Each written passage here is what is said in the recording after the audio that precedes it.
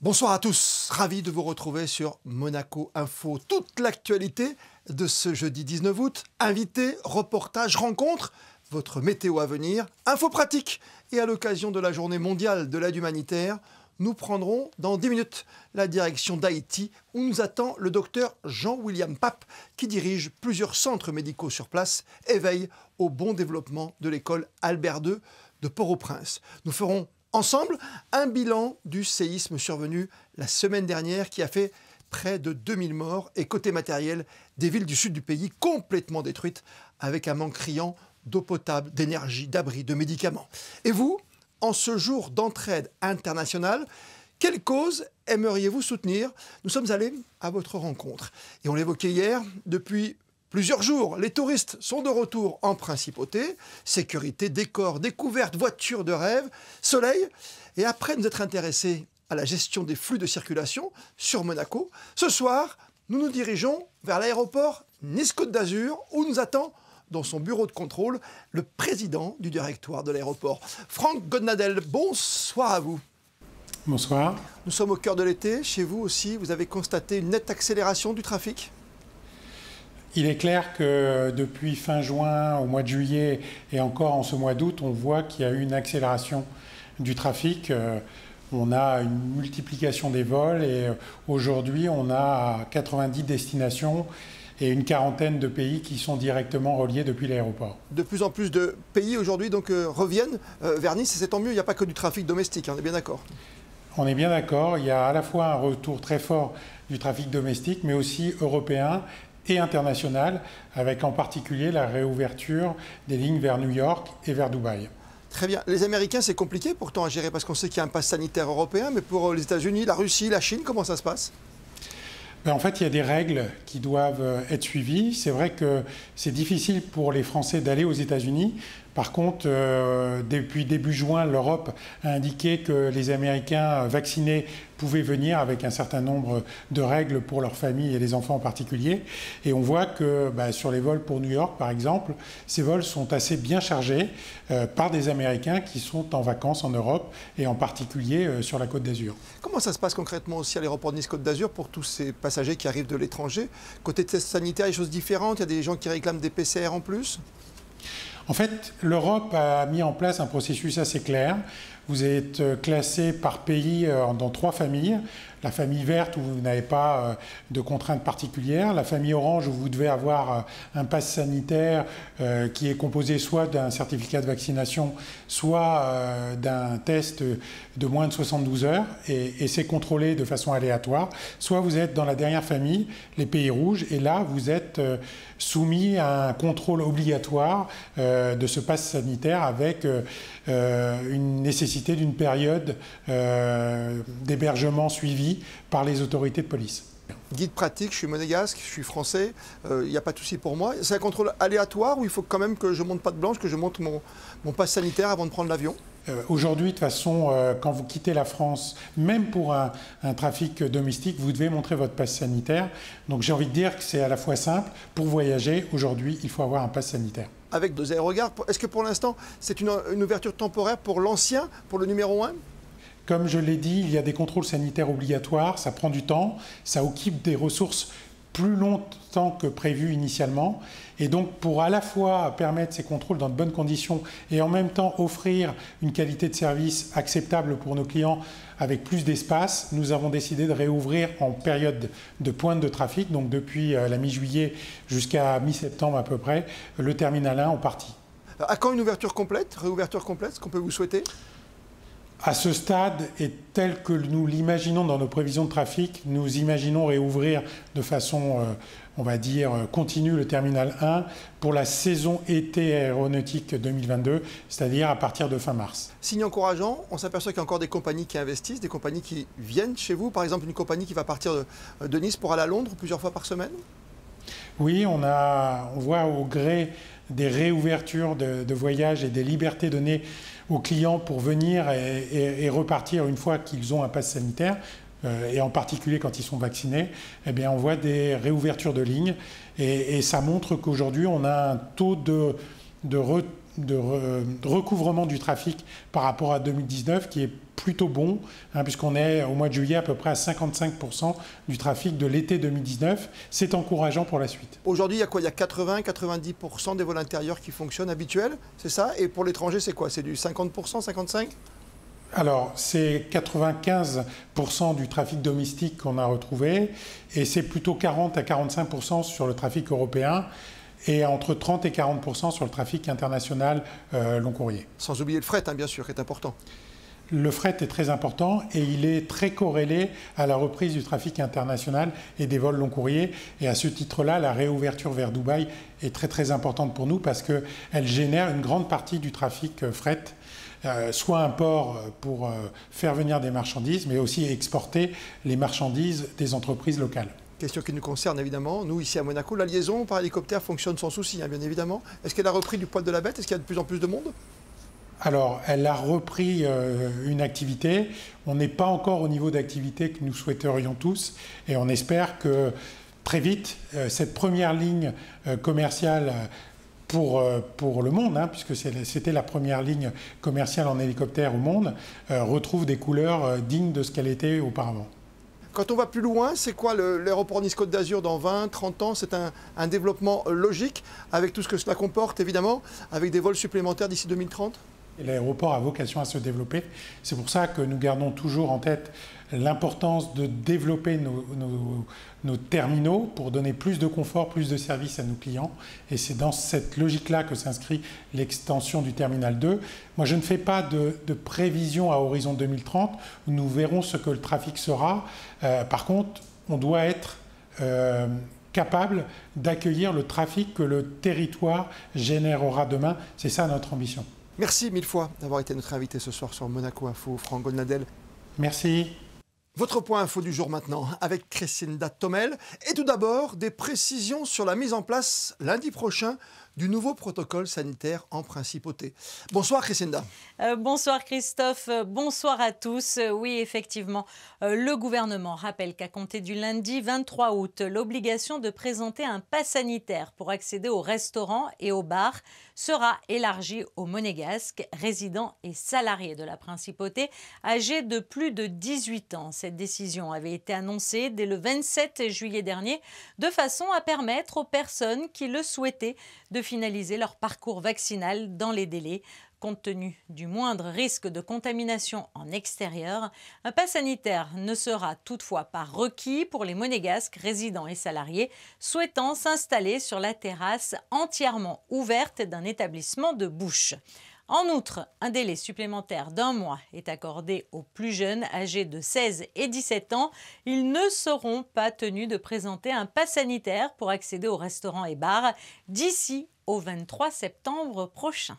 Et une vice-championne du monde dans les rangs de la Société nautique de Monaco, Crisinda.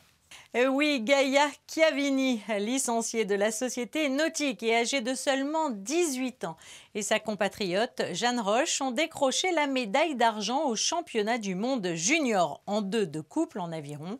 Le duo français, qui ne s'attendait pas à se battre pour ce résultat, a brillé sur le bassin de Plovdiv le week-end dernier.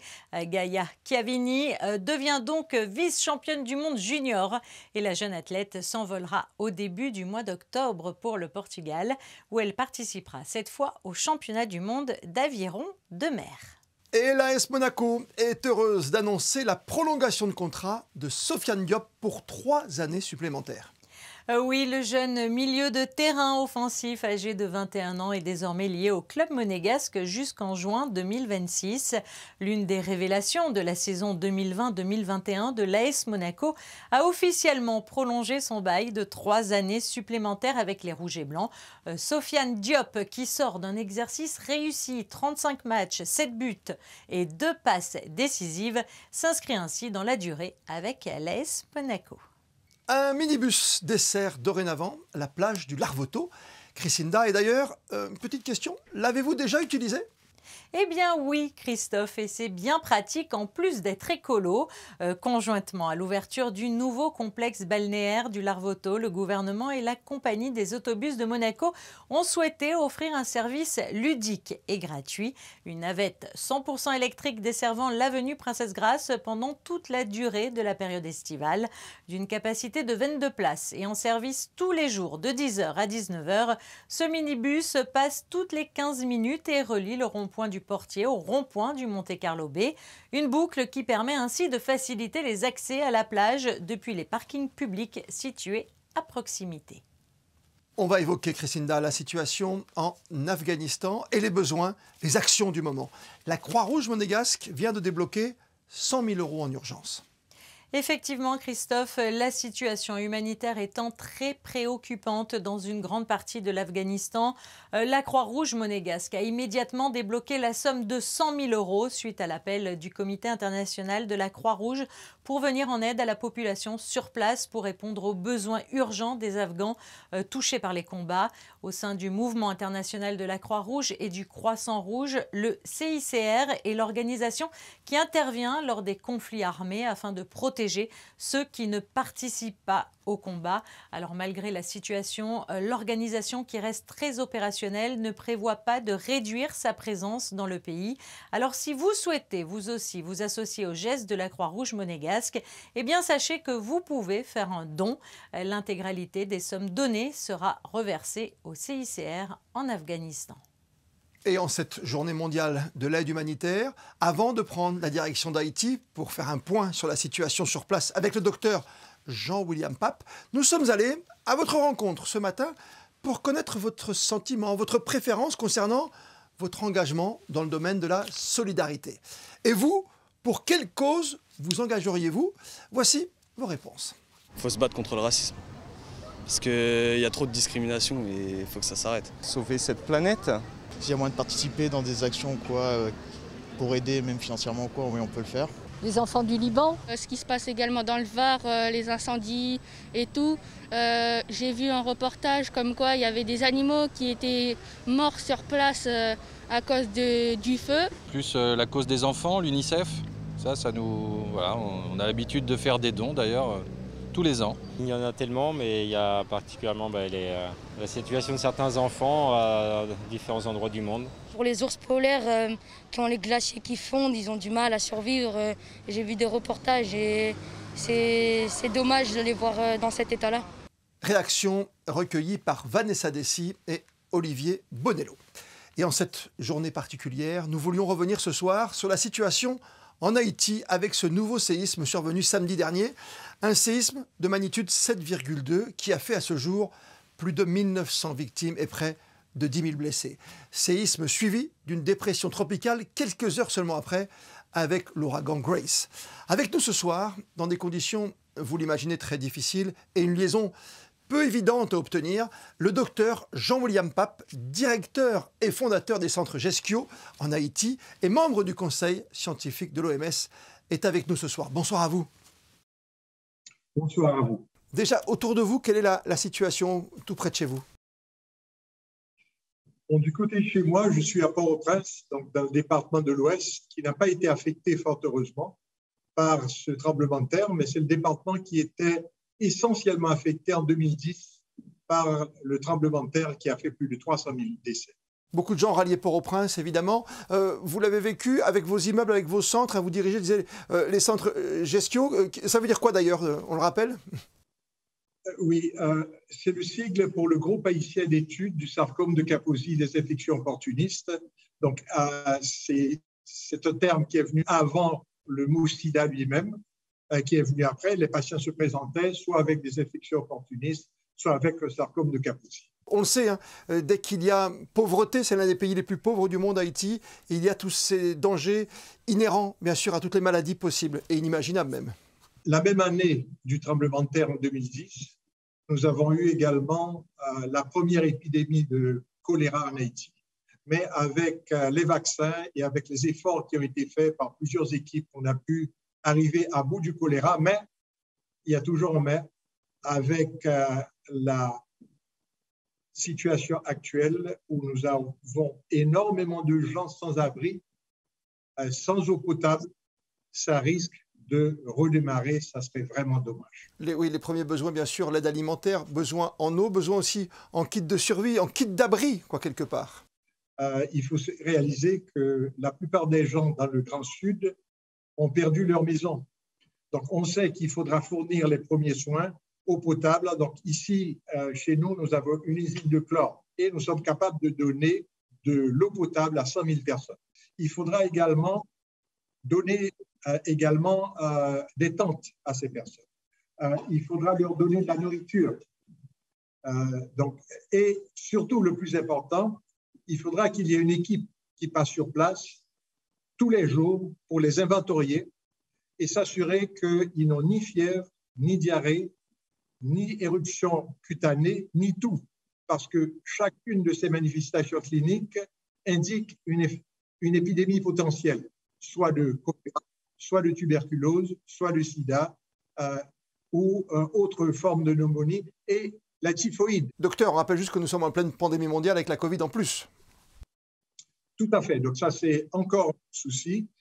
Fort heureusement, Haïti n'a pas été fortement frappé par cette pandémie. Il y a aussi des choses importantes qu'il faut considérer.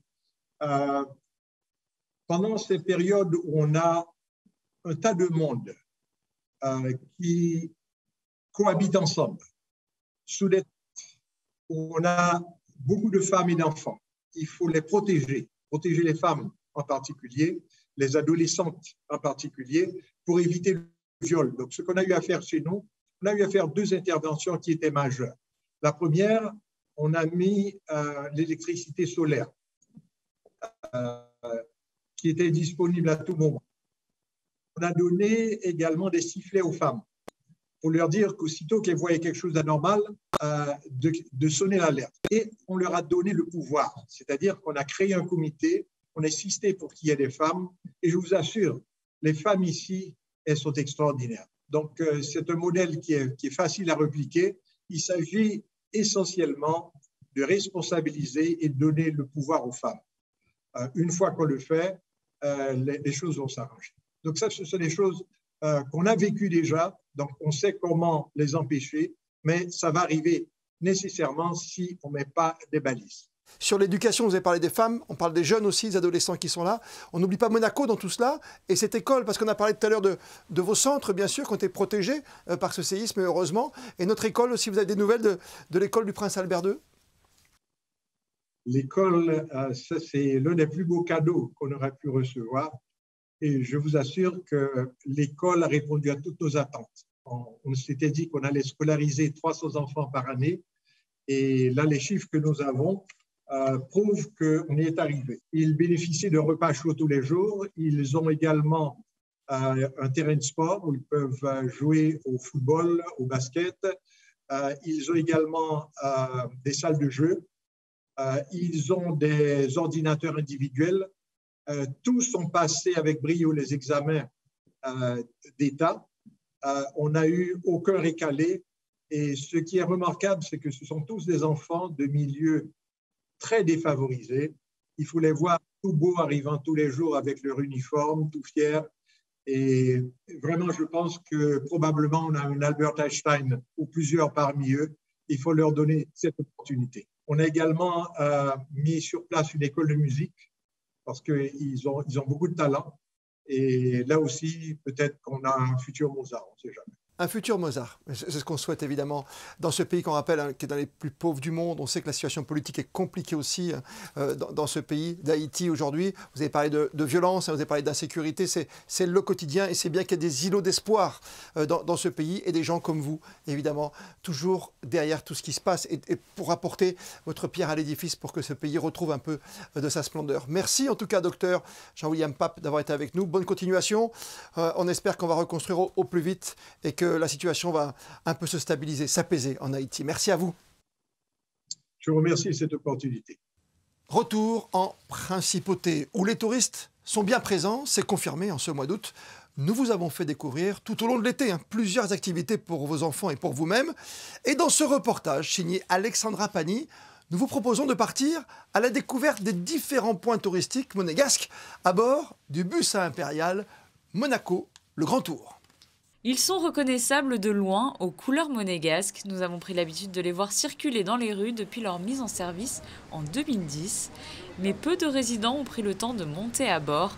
Les bus rouges de Monaco, le Grand Tour, proposent un tour avec vue dégagée sur les différents points d'intérêt de la principauté et une visite guidée en 8 langues. Avec ce pass, ils peuvent monter et descendre autant de fois qu'ils le souhaitent. Donc par exemple ici, nous sommes sur le port. Ils vont prendre le bus ici, ils vont s'arrêter tout à l'heure au casino, ils vont aller prendre un café au Café de Paris ou visiter le casino. Ensuite, ils reviennent à l'arrêt, ils prennent le premier qui passe, parce qu'il y en a un toutes les 15 minutes. Et ensuite, ils remontent, ils continuent le circuit et ils vont ensuite à tous les arrêts, ils peuvent faire la même chose. Des bus à Impérial qui peuvent accueillir jusqu'à 42 personnes en rooftop et 19 personnes à l'intérieur. Une clientèle qui est évidemment composée à 99% de touristes, puisqu'on le rappelle, le principe est de pouvoir visiter l'ensemble de la principauté avec les points clés, comme ici, vous pouvez le voir derrière moi, le Palais Princier. Un circuit complet qui compte 11 arrêts, plus un stop supplémentaire du côté du terminal des croisières lorsque des paquebots de tourisme sont à quai.